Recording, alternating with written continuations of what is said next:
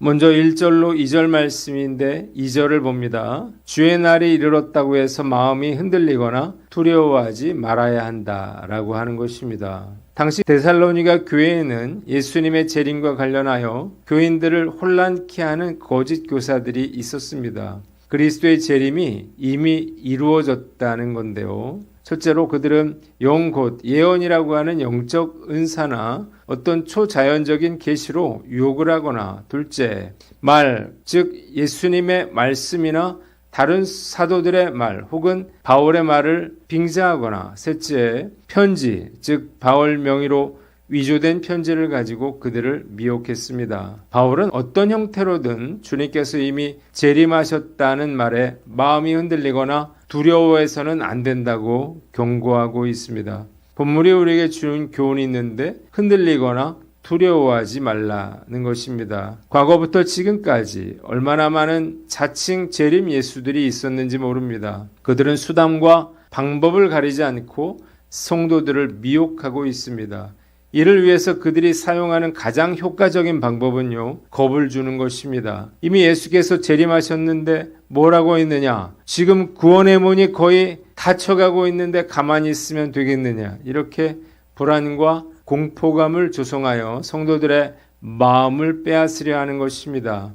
이런 이단들의 협박이나 미혹하는 성경 해석에 현혹되어서는 안 되는 것입니다. 그리고 중요한 것은요, 이들의 말에 두려워할 필요가 없다는 것입니다. 이유가 있는데요. 첫째로 주님께서 강림하시는 것은 누구나 알 수 있는 일이기 때문이에요. 다시 오실 예수님은 호령과 불꽃 속에서 하늘에서 내려오십니다. 재림의 때가 이르면 누구나 이 사실을 알 수 있게 됩니다. 둘째로 그날과 그 시는 하나님 예외에 그 누구도 알 수가 없기 때문이에요. 영으로든 말로든 성경 해석으로든 그 어떤 방법으로도 재림의 날, 종말의 날은 예측할 수가 없는 것입니다. 셋째로 그리스도 안에서 진리를 따라 행하는 성도들에게 재림의 날은 기쁨과 구원의 날이기 때문입니다. 어떤 소문에도 두려워하거나 흔들리지 말고 깨어 준비함으로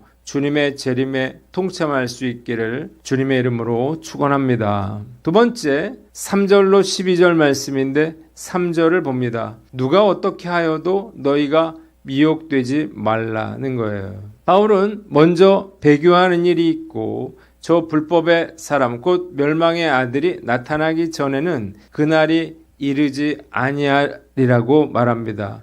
예수님의 재림에는 순서가 있다는 것입니다. 첫째로 예수께서 강림하시기 전에 먼저 배도하는 일이 일어납니다. 둘째로 불법의 사람이 자기를 하나님이라 주장하며 온갖 능력으로 기적을 행하고 사람들을 속일 것입니다. 세 번째, 예수께서 강림하여 나타나실 때에 그를 멸하실 것입니다. 본문이 우리에게 주는 교훈이 있는데 진리의 말씀으로 무장하라는 거예요. 근처 교회 목사님이 예전에 설교 중에 신천지는 교회가 아니라 이렇게 말했다가 2주간 주일 예배 때마다 수백 명의 신천지 사람들이 교회 앞에 몰려들어 담임 목사의 사과를 요구하고 시위를 벌인 적이 있었습니다. 경찰에 신고를 했지만 절차에 따른 시위라 막을 수가 없다고 했어요. 2일 후에 한 여자가 우리 교회로 찾아와서 담임 목사를 찾았습니다. 제가 왜 그러시냐라고 물었더니 자신은 신천지 성도인데 담임 목사와 할 말이 있다는 거예요. 성경을 놓고 누가 옳은지 한번 따져보자는 것이었습니다. 담임 목사님이 지금 안 계신다고 해서 돌려보냈지만 당시에 정말로 큰 위기감을 느꼈습니다. 이후에 신천지는 날로 성장했고요. 기성교회에 큰 위협이 되고 있습니다. 당시 고민 끝에 주일 예배 때마다 요한계시록을 강해 설교하기로 결심을 했어요. 성도들을 복음의 진리로 무장시켜서 미혹되지 않도록 하기 위함이었습니다. 그래서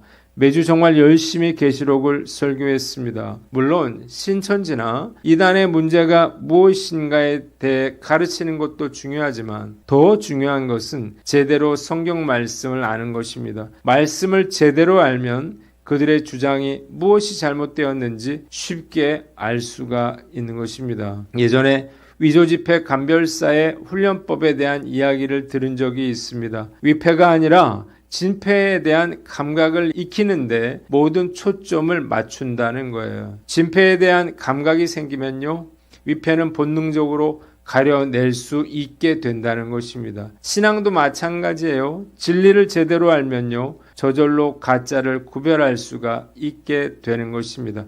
계시록 강의는 모두 끝이 났지만 앞으로도 성도들을 진리의 말씀으로 가르치고 훈련하여 미혹되지 않도록 최선의 노력을 다할 것을 다짐해 봅니다. 마지막으로 13절로 17절 말씀인데 15절을 봅니다. 형제들아, 굳건하게 서서 가르침을 받은 전통을 지켜라 그랬습니다. 바울은 항상 너희에 관하여 하나님께 감사할 수밖에 없다고 고백했습니다. 하나님이 그들을 택하사 거룩하게 하시고 진리를 믿음으로 구원받게 하시고 그리스도의 영광을 얻게 하셨기 때문이에요. 얼마나 바울의 마음이 감사했을지 상상할 수가 있습니다.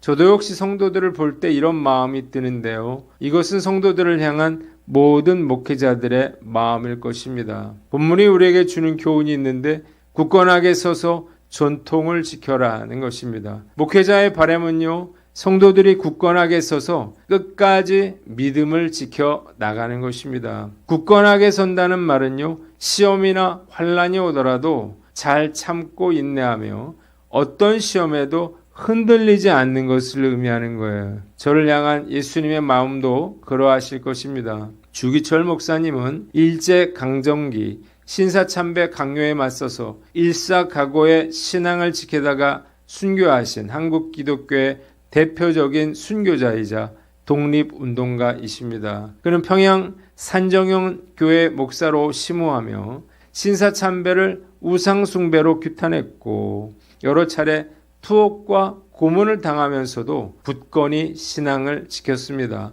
그는 1944년 평양 형무소에서 순교했으며 그의 숭고한 정신을 기려 1963년 건국 훈장 독립장에 추서되었습니다. 이런 분들이 있기에 한국교회가 부흥할 수가 있었던 거예요. 사실 목회가 어렵고 힘들어서 흔들릴 때가 많이 있었습니다. 자신감을 잃어버리고 정말 제가 무능하다는 생각에 자괴감에 빠지기도 했습니다. 주님께서 저에게 기대하시는 것은 어떤 갈등과 시험과 고난이 있다 하더라도 굳건하게 서서 믿음의 선배들이 했던 것처럼 믿음의 전통을 지켜 나가는 것일 것입니다. 무더웠던 여름이 지나갔는데요. 다시 마음을 추슬러 우리에게 맡겨주신 사명을 잘 감당해 나가는 저와 여러분들 되시기를 주님의 이름으로 축원합니다. 기도하겠습니다. 하나님 아버지, 우리가 흔들리거나 두려워하지 않고 굳건하게 믿음의 길을 가게 하여 주시옵소서.